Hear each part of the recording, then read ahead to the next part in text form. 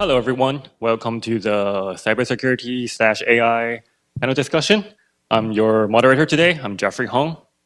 And today we are very honored to have three very professional and very experienced guest panel speaker here. On the left-hand side, we have Betty.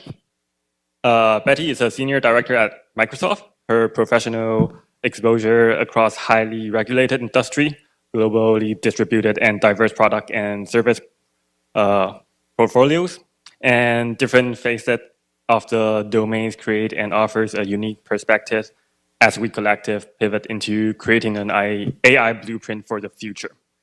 And in the middle, we have Kyle Lai. Kyle Lai is the founder of KLC Consulting.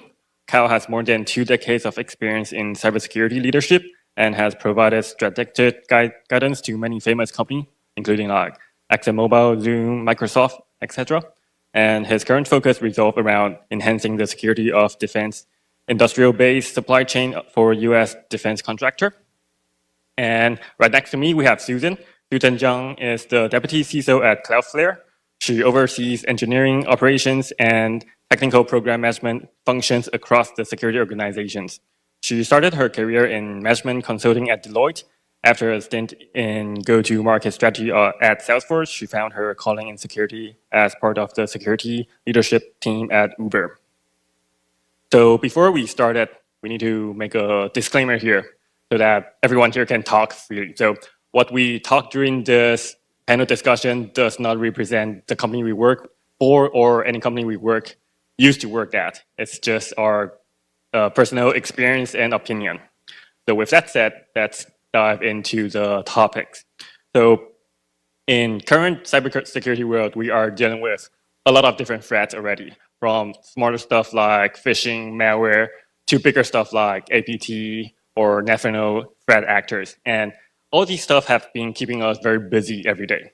But with the emerging tools like AI, ChatGPT, it becomes very easy for attackers to use these tools as well. So I want to kick up the conversation for Betty. Like, how are the new AI-related tool will impact our current cybersecurity threats out there? Well, thank you, Jeffrey. And I want to first and foremost thank the foundation for organizing this panel and for the opportunity to speak here and share our experiences.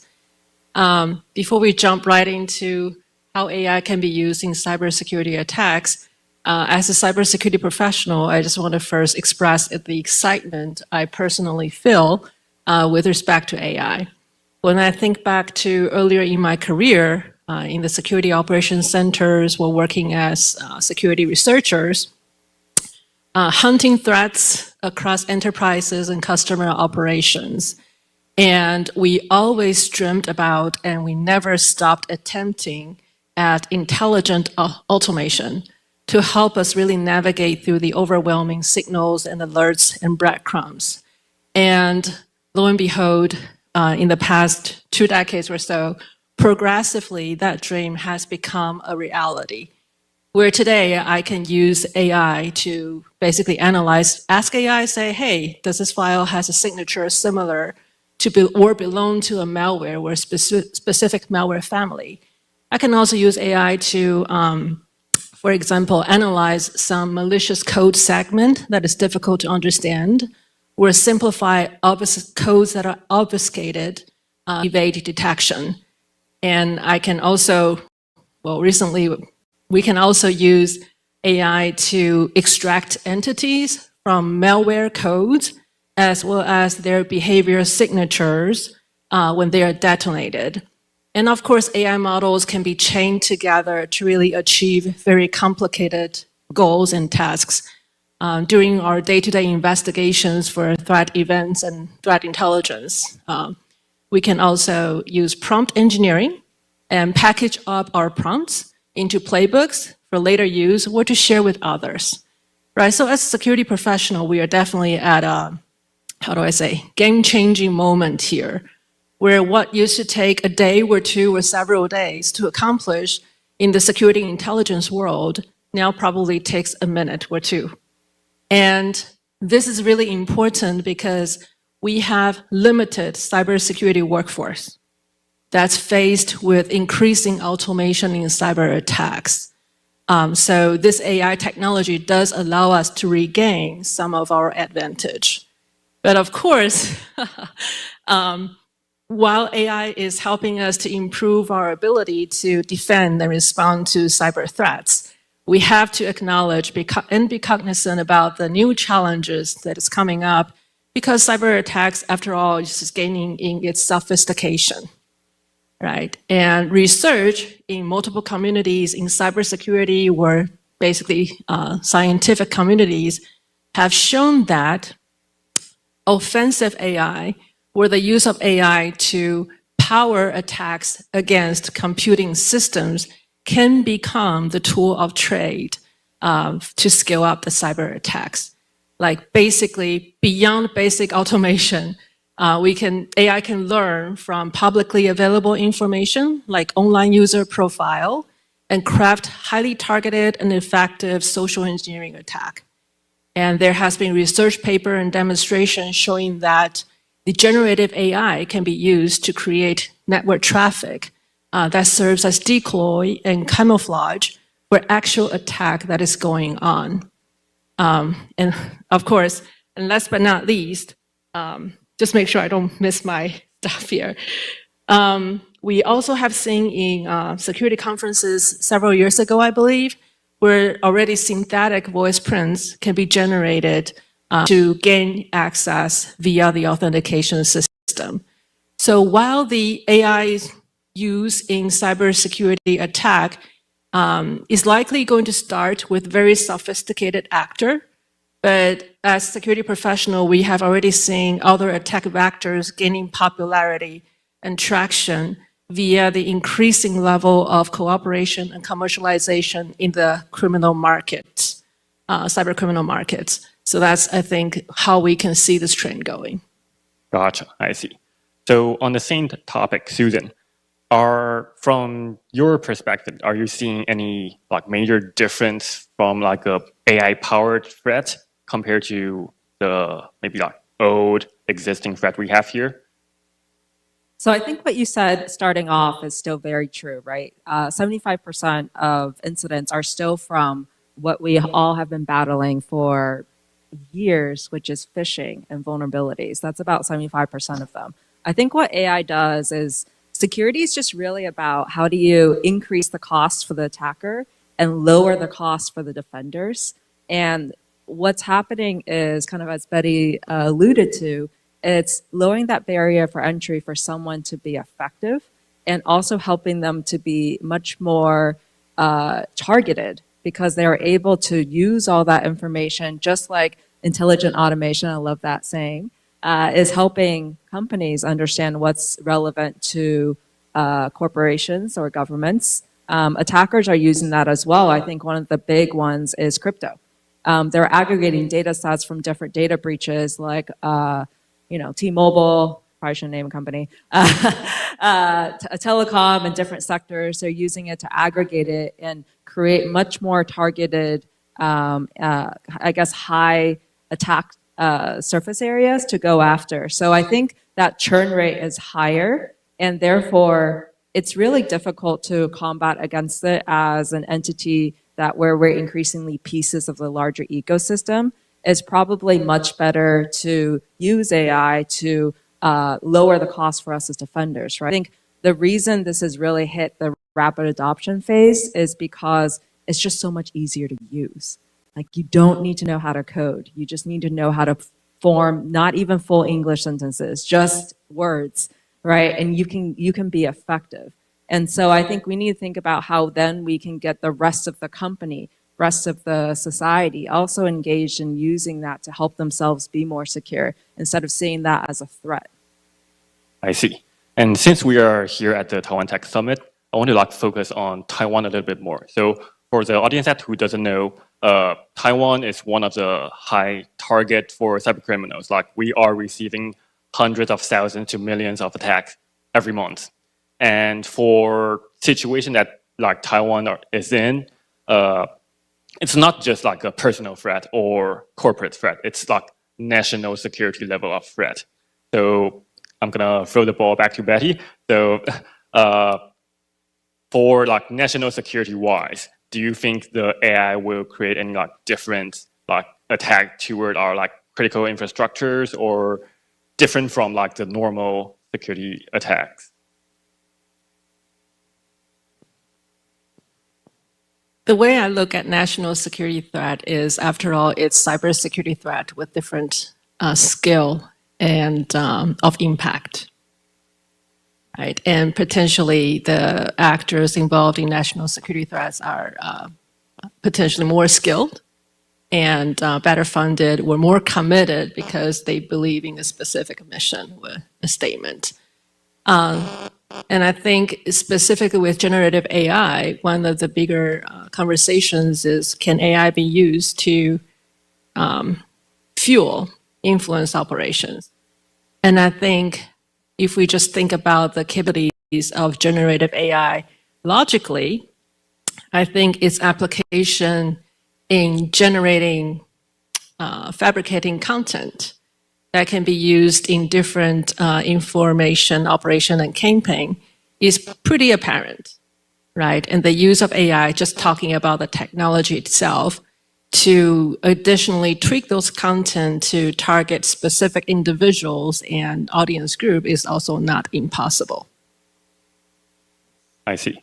And usually in the cybersecurity space, US is like usually ahead of like policy-wise, framework-wise, compared to other countries. So I have a question for you, Kyle.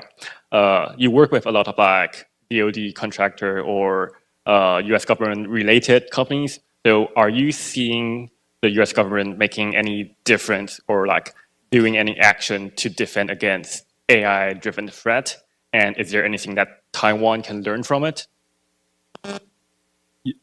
Yeah, thank you for the question. And really glad to be here. Yeah, so when we were working with DoD and also the defense contractors in the US, yeah, this is actually one of the concern. One of the concern from the DoD is that in order for them to attack DoD, they are not going to attack DoD directly.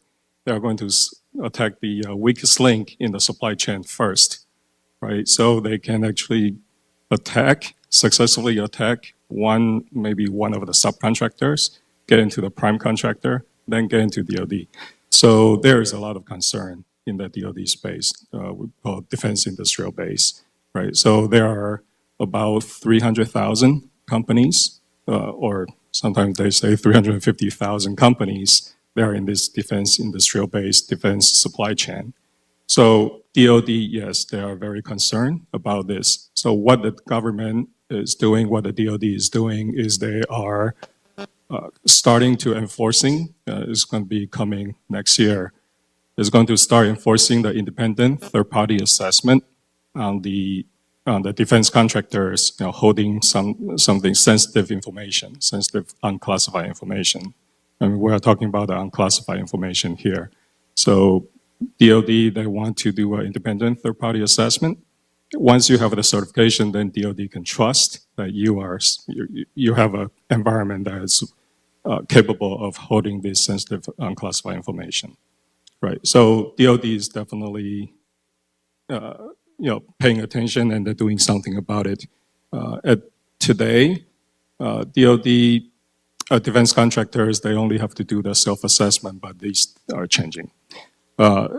Based on my understanding that Taiwan is also kind of copying what the DoD is doing, and they're going to implement something in Taiwan. So the defense contractor, because Taiwan and US, they work very closely. And for Taiwanese, there are some defense contractors in Taiwan also support the DoD in the US, right? Defense contractors, prime contractors in the US. So yeah, they're going to be doing something in Taiwan, similar protection in Taiwan. Gotcha. So talking about defense, so my follow-up question, and I believe many audience may have the same question, is how can we protect ourselves? And when I say ourselves, it includes like individual and company and maybe government when we are facing like AI-driven threat that we are seeing right now. And I'm gonna give the ball to Susan. So I'll start with a downer, then we'll go up. So a lot of times we talk about the concept of PII, which is essentially private sensitive information that can be used for attack purposes. To be frank, that concept is increasingly irrelevant because there's just so much PII out there. It's been compromised over and over in various formats. It's not hard to get a lot of data about each of you. I've actually had friends in the security industry be like, "Oh, you like that team, huh? I know because I see your password from 8 years ago. You like this specific football team." And so I think I say that because a lot of times people hold on to that as a form of security, and it isn't. And it's more about how do we start to realize that it is a when, not if, and therefore the one thing we all should do is just to be more vigilant about checking if we are compromised, checking your credit scores, making sure that for those of you that are still reusing any password, just start using a different password each time. One of the best advices I got was use song titles or use, I don't know, the combination of your favorite this and that, right? Or use a password manager. In fact, if you can, use a security key. That is by far the best. I think just securing your access is probably the first thing, because then also secondly, be more conscious about the information you're putting online. Because so much of all these data models, especially public, right? We all went through the phase where there's explosion of blogs, journals, social media, tweets, right? These are all information that's all being fed now to inform something. So it's a choice on your end, is how much do you want to continue to put out there? Is the return to yourself putting it out there worth that long-term data aggregation about you specifically? And on the same topic, Betty, can you share some information on like maybe corporate level or to like national level? Yeah, since I am last person to talk about this topic, let me supplement what Kyle and Susan just talked about. So maybe let's start at the government or partnership level. Is that there is in the United States a coalition for content provenance and authenticity. I think the acronym is C2PA. This is a coalition where the coalition addresses the prevalence of misleading information and seeks to develop technical standards to certify the source as well as the history or provenance of media content. And in parallel to that, at the government level, United States government has made several steps toward securing its ecosystem. I think coming out of the 2020 Cyberspace Solarian Commission legislative proposal, we now have the Cybersecurity Incident Reporting and Notification Acts for federal agencies as well as critical infrastructure. And to supplement Kyle's point, the executive order 14028, I believe, improving the nation's cybersecurity, definitely directed agencies to raise their bar in cybersecurity when it comes to supply chain security, as well as the adaptation of the zero trust model. And then moving further back in time, I believe National Academies of Science, 2 years ago, I believe there are newer activities as well, but they held workshops and published paper around how AI can be used across the cyber kill chain, from social engineering to basically how methods can be used to target vulnerabilities in autonomous system and to malware adaptation, right? But on the law side, there's definitely also Presidential Policy Directive 41, PPD 41, that sets up the architecture for US government coordinated response in the face of significant cybersecurity incident or event. And definitely going back all the way to 2015, the Cybersecurity Act authorizes the monitoring and the use of defensive measures, and also information sharing with government and private entities, and provide limitation to liability. So I think the three key takeaways at the government level, how we can protect ourselves, is really, first and foremost, continue to invest in research and development to explore the intersection of artificial intelligence and cybersecurity. And then we have to take actions based on the results of the research, and then raise awareness and training around the possible attacks and defenses. And the public-private partnership, lastly, is really important, as well as a cross-sector and overall information sharing partnership. So that's at the government level. So briefly, at the corporate level, again, this is a disclaimer. This is my personal opinion, is that as we are using AI to scale up workflows, that is the most sensitive in the sense in enterprises to protect our crown jewels, protect our trade secrets, protect our customer data, customer operations, and customer intellectual property.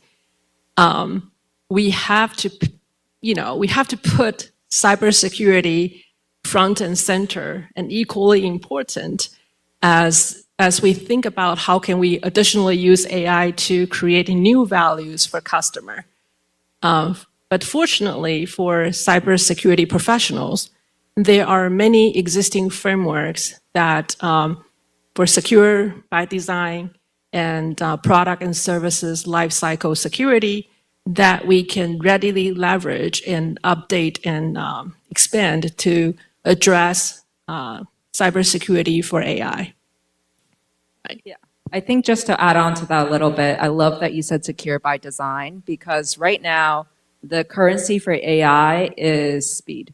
And every company out there has fundamentally changed their risk tolerance for around security, privacy, etc., because there's, for lack of a better word, a lot of FOMO in the Gen AI space. Companies that have built a lot of rigor are looking to bypass it, right? All the startups are not evaluating the potential impact of what they're releasing before releasing it. So we're kind of going back to a lot, we'll learn as we do, and a lot of times after the pain has occurred. And so in that construct, it means that, more policy or process or any of those things that rely on traditional steps are going to be increasingly bypassed, and therefore things that help you start from a level that's more secure, and the Goldilocks is offering something that to developers, to those that are innovating, something that is more secure by default and actually helps them do their job a little faster, because that's what's drawing them to AI. Again, the currency is speed. So if you get in the way of speed, it may be more secure, but that company may feel like they're not going to be competitive in the AI space, and therefore, what's the point of securing something that may not exist in a couple of years, right? That is the business discussion that's occurring in all of these companies when we talk about regulatory policy and security, is that's honestly going to come alongside it or later. I see. And as Susan, you mentioned, many companies are integrating AI with their product already. So what do you think will be ways we can utilize AI for defending ourselves? Oh gosh, I think Betty hit upon some really good ones. I will say that overall, the discussion about AI for security falls into two buckets. One of them, the first bucket, is maybe the more traditional mindset, which is how do we restrict the use of it so that we are mitigating the risks that we see from it, which are seemingly infinite, and two, there's so much unknowns for everybody. The other side is seeing the mistakes of having done that before for other technological evolutions, and seeing how that has put security on the back end in terms of being viewed as a partner, being viewed as a blocker, being viewed as XYZ, right? And saying, okay, how do we take advantage of this and instead position AI as an enabler, right? AI to reduce, for example, false positives, to reduce the amount of resources required to achieve something, to actually shorten the number of steps to release something because you're using it to do a lot of the, like a lot of times you don't even need to look for the OAuths yourself. Like there's so many tools that can help you do that. But I think at the end of the day, if I look ahead decades, some say 5 years, but I think it's more closer to a decade or more is, and this is very relevant to the group, is a lot of entry-level jobs in security will start to decrease or cease to exist. So a lot of like traditional operations center jobs, et cetera, a lot of where we cut our teeth in security and learn from the ground up may not be as available at companies because frankly, that can be done with AI, right? It can be done without learning a lot of the basics. Someone that has a lot less knowledge can use Gen AI to say, hey, what are all the assets that are exploitable with this latest vulnerability? What are all these things? So I think that's a part of how do we, going back to societal level, how do we up-level the training in cybersecurity so that people can use AI, like and know how to essentially understand the accuracy and reliability of its outputs and then interact with it to aid it to operate at a higher level. So how do we get people that are entering the industry to operate at that higher level first and without having that entry-level job? I think that's the part that I just don't know the answer to, but it's a little bit of what's ahead of us, especially in cybersecurity. I'm just going to add, yeah, I concur with what Susan was saying. Yeah, there's a lot of unknown today. Yeah, when you talk about AI, it's so new, right? How are companies going to embrace AI? What are they going to do in the next 5 years? There is actually a lot of unknown. But what we know is that there is a lot of risk, safety, quality, or there's a, from the risk point of view, is that, just learning from what we actually come through, in the internet era, right? There's a lot of vulnerabilities, and you probably will see there, every other day you will see some major vulnerabilities found in some of the software. We are going through that same era right now in the era of AI because it's so new. And just talking about generative AI, right? You can actually ask if one plus one, what is a 1 plus 1? The generative AI is going to say it's 2. But there is a way for you to actually trick generative AI, say, I think is 1 plus 1 is equal to 3. And from now on, 1 plus 1 is equal to 3. There is a way to trick that generative AI, some transformers to be able to actually adopt that as a truth, right? If that is the truth, then there's going to be a lot of problems. There's going to be a lot of attacks on these generative AI. And you will hear a lot, some of the new products that's coming out.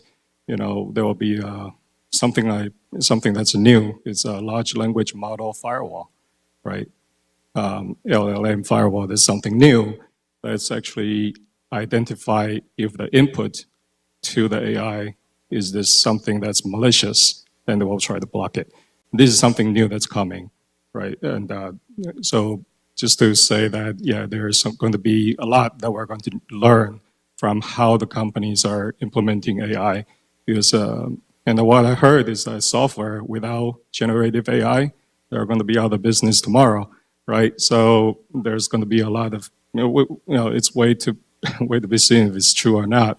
But yeah, there are a lot of companies that are adapting, putting generative AI into their software today.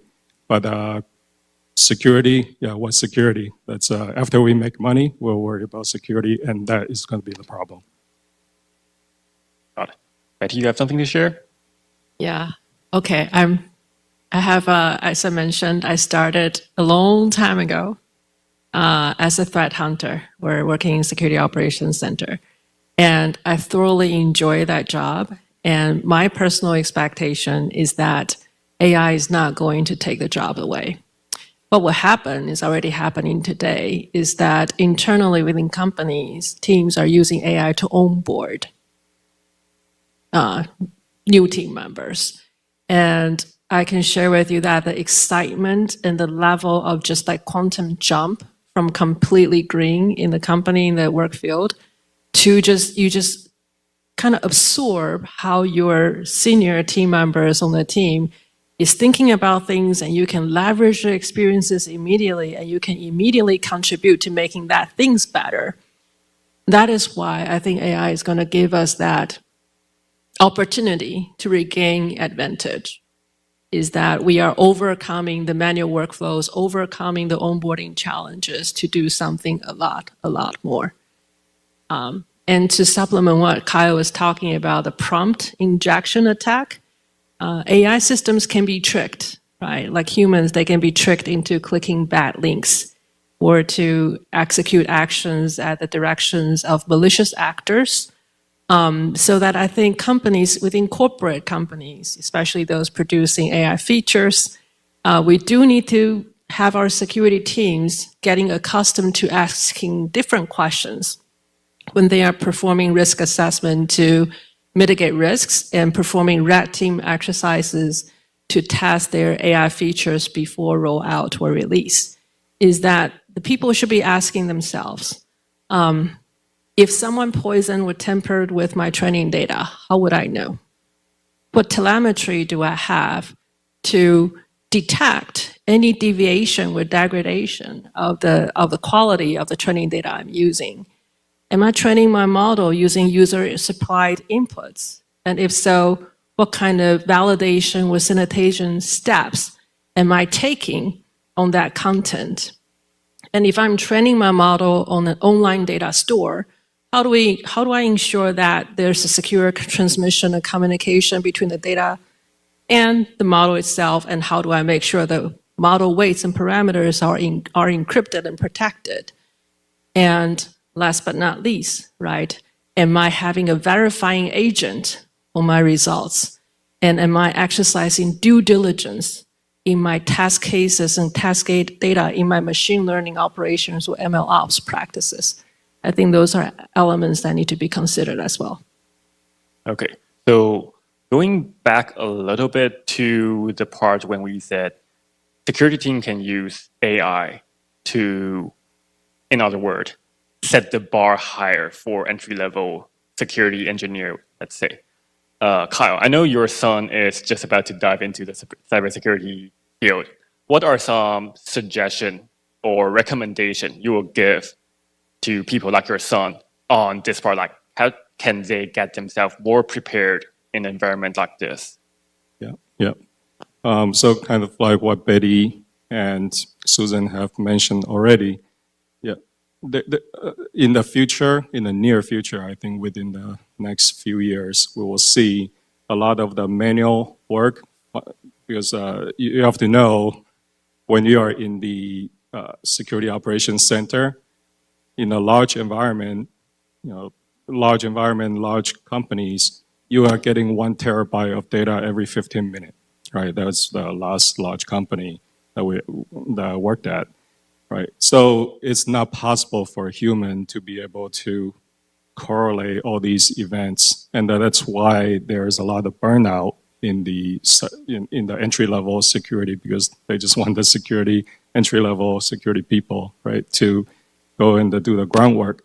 But what's going to change is that AI, they're going to do the groundwork, right? And so for the entry-level jobs, I think we're going to just learn how to ask the right question, right? And also understanding, yep, I see this, I want to have the AI, be able to collect all this information and tell me where's the threat, if this is a threat, or if this is a threat, how do I actually correlate with the other systems? So these are going to be the change, in my opinion, these are going to be the change in terms of the how we monitor the security, how the entry level going to change. They have to learn how to ask the right questions, prompt engineering. That's pretty much asking the right questions so you can generate some relevant information so you will be able to respond to the security incidents. So that's kind of like my thinking. Okay, so back to the risk of using AI. So Susan, are we seeing any because we talk about a lot of like ways AI can be tricked or be utilized by like threat actors. Are we seeing any actual or example with like company misuse AI and then something bad happens? Absolutely. And I would say it's AI is more the aspect that's exacerbating it, but the cause is with higher velocity of innovation, it usually means that there's more trade-offs to kind of going back to my point around speed versus security, right? It's something that I think a lot about as a company in my job, having worked at very fast-growing tech-native companies that have very different risk tolerances. You know, one is more measured, one has infinite risk tolerance. And then how do you think about then, therefore, how does that extend to your trust in your third parties, right? And the challenge is when companies are innovating very fast, there's almost, you know, that more of the resources and investment are going towards innovation and less so on the security of it. And therefore, you are also taking a risk with using them as a third party because there's just less, you have less third-party objectives, you have less of everything to note that they put into it. And also, we're in a Gen AI bubble. With bubbles come with companies that are not going to be here in a year to 2 years. So if your infrastructure is relying on a company that's that's either acquired or folds, then you're going to have performance gaps. I've had all of that happen where a company goes, end of life with their product, or they got acquired by a larger company that's much more interested in market share than they are with keeping up with all the integrations and also the latest OSs and compatibilities, et cetera. So I think there's just a lot of more volatility, and it almost makes companies that have a certain level of security standards and obligations to customers and regulatory to be actually a little hesitant about adopting the most innovative companies. I think every single, between Microsoft, OpenAI, they've all had security incidents. And actually, this was one of the most fun at DEF CON. They just had a whole hackathon of people just trying to trick AI. It wasn't, and I think that's a part of going back to what you were saying around the journey, right? It's like how to ask the right questions. I think Gen AI specialists, like the people that really know how to ask questions, is actually a job category that's being birthed and are growing. But I think that the dance is how do you, going back to like the trust of AI models, right? With the lack of transparency and what's going in, how is it coming out with where it's, with what it's suggesting? How does someone at entry level know when to trust what it's coming out and how to validate that? Because there's going to be a percentage of time where it's off. And that's the part where, how do we get that dance right of how do you have that context and understanding enough to question the model when you need to and rely on it when it's giving you fairly good results on speeding up your work. And I think that's the part where traditionally we've learned that by getting into it, right? Breaking it down, understanding down to the code level, every single bit. But that's not as possible anymore with AI. So how do we get our talent to be a level of awareness and trust that they know when to poke at it and when do they just take the information and run? Okay. Kyle, so do you have any suggestion for like company that want to utilize AI but also are afraid of the risk of AI? Like what can they do? Maybe like build a framework, a policy to find the balance between the benefit and the downside of AI? Right. So companies, they really want to utilize AI, but what Susan was mentioning about, there are some problems with the AI model, right? Something about hallucination. Your AI, they are trained from the data they read a lot from the URL, from the internet. They also have read the romantic novel, right? So they read pretty much everything. So if you ask the question, it might give you something that, based on what it has learned, the data it has learned, give you the next word, what it's supposed to say, right? What it thinks the highest probability that you want to hear. So that create a problem. So we really have to make sure that, all I'll say the administrators or people, the employees, they are going to be using AI. They are trained on understanding what is the AI technology, generative AI for the system administrators understand the fundamentals of AI, generative AI, for example, right? How do you train the data? What is the train? And also, kind of what Susan was mentioning about, if you are using an AI model, who actually trained the AI model, right? Because the employer of this AI model, they are the one that controlling the rules. What is going to show you, whether or not Microsoft, pick on Microsoft, but Google, okay. If you ask something about, like give me a story that's not appropriate for children, right? How do you build a bomb? Bart may be able to actually give you the list. Hey, here's how you actually build a bomb. But that's not really aligned with what Google's really want to say, right? So Google, maybe one day they will censor some of this information. So one day when you're asking these AI, they're not going to give it to you, right? So what I'm trying to say is that you really have to understand the fundamental of AI when you're employing or putting this generated AI into your software. You understand what you are going to get or how you're going to train the model to be able to generate something that you're aligned with your expectation, right? Not just with the users of their expectation. And also from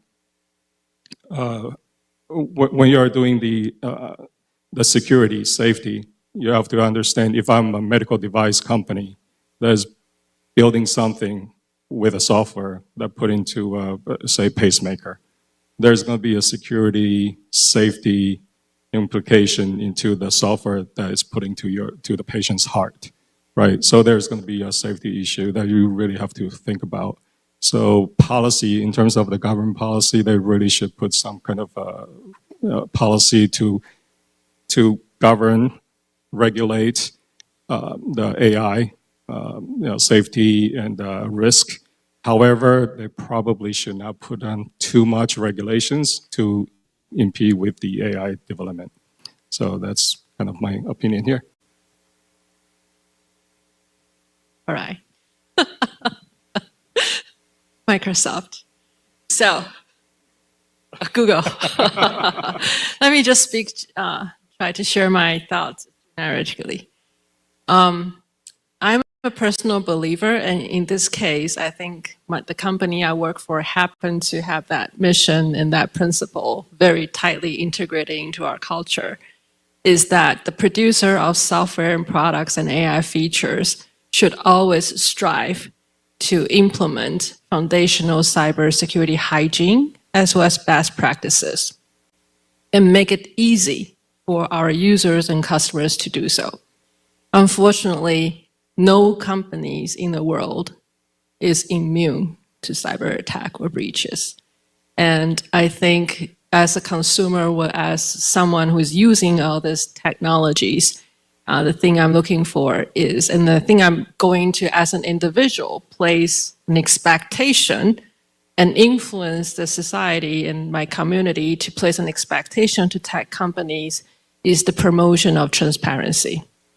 But going back to Jeffrey, your original question is, how do I make sure, what consideration should I have when my company is trying to procure some AI products? And Susan was earlier on kind of referencing, well, some of the elements in my solution set may be going end of life, et cetera. The dependency, software component dependency, that problem is not new, right? And I think going back to some of the best practices or secure by design or life cycle product and service practices for security that we have today already, for example, asset inventory, right? Inventory your AI model, build your model registry, build your feature store, right? And also build your software bill of material for your AI systems.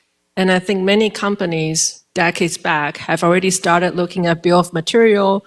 They probably require legal approval, procurement approval, when they look at procuring different components to be embedded into their system for reasons precisely around end of life and also export control concern, security concern, and different geopolitical concerns as well.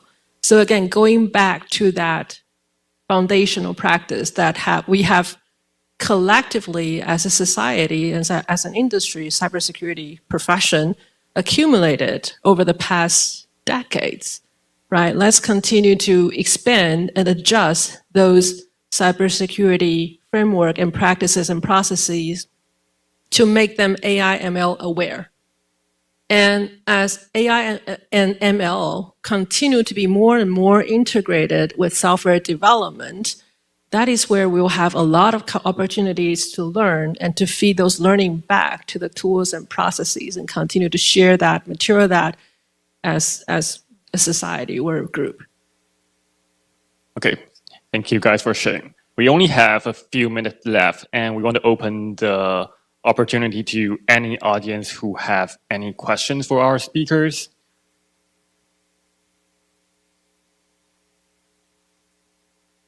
No one? Oh, yeah. One in the middle.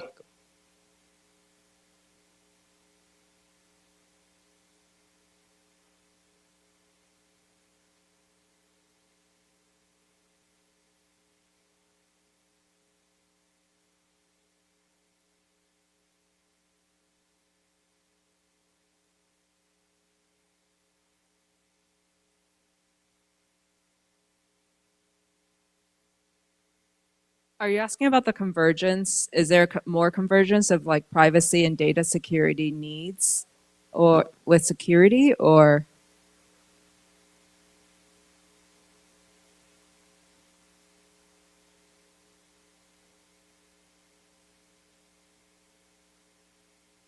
It's actually a phenomenal question because they are increasingly becoming the same from a technical perspective. So typically what I've seen at companies is the data privacy, data protection officer, the privacy, they're more legal minds that come to security on how do they piggyback on security's processes and technologies for privacy reasons. And there's also the rising trend of a chief trust officer, which is really looking at how does a customer trust a company's products? In the US, security and privacy and reliability are up there. I think with AI and a lot of what Kyle and Betty have been mentioning is also integrity of the data. How do you know the data that is coming out? How do you know that the data that's feeding the model is something that can be trusted? Are there trust scores for data sets? How do we know that's not been compromised? So in terms of the types of technology that can help us start to decipher, they are just much more advanced in the cybersecurity suite. So I do think that increasingly so, this is an opportunity for security leaders and security industry to play a larger role in not just, I guess, traditional cybersecurity, but in this broader realm of trust, right? There's, Salesforce, Atlassian, ION, others where CISOs are now becoming chief trust officers that run security divisions. There are security teams that have privacy engineering. Our org at Uber had a whole privacy engineering department as well. So at least from my perspective, yes, that it is internally within a company, it does tend to be viewed together increasingly so just from a technology point. Just very quick, this is a really good question, and the company really have to understand what kind of data they are receiving, what kind of data they want to protect first before you design the process to protect these data, because you want to understand what is the scope, right? And so that is first thing is to do a data asset inventory, understand what you want to protect, and then design the process to protect them. Okay, we are running up on time. So thank you guys for joining, and thank you everyone here for listening. And I personally learned a lot. Thank you, everyone. Thank you, Jeffrey.